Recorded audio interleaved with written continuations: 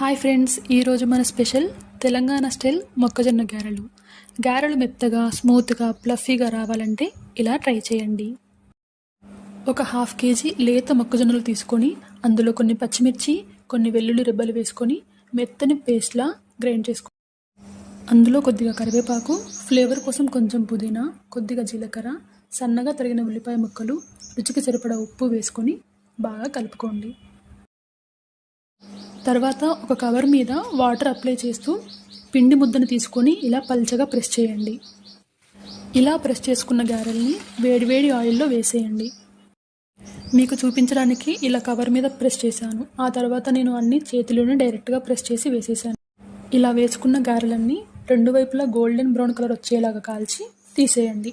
వేడివేడి మొక్కజొన్న గారెలు రెడీ. ఈ వీడియో నచ్చితే లైక్ చేయండి, షేర్ చేయండి, సబ్స్క్రైబ్ చేసుకోండి. Thanks for watching.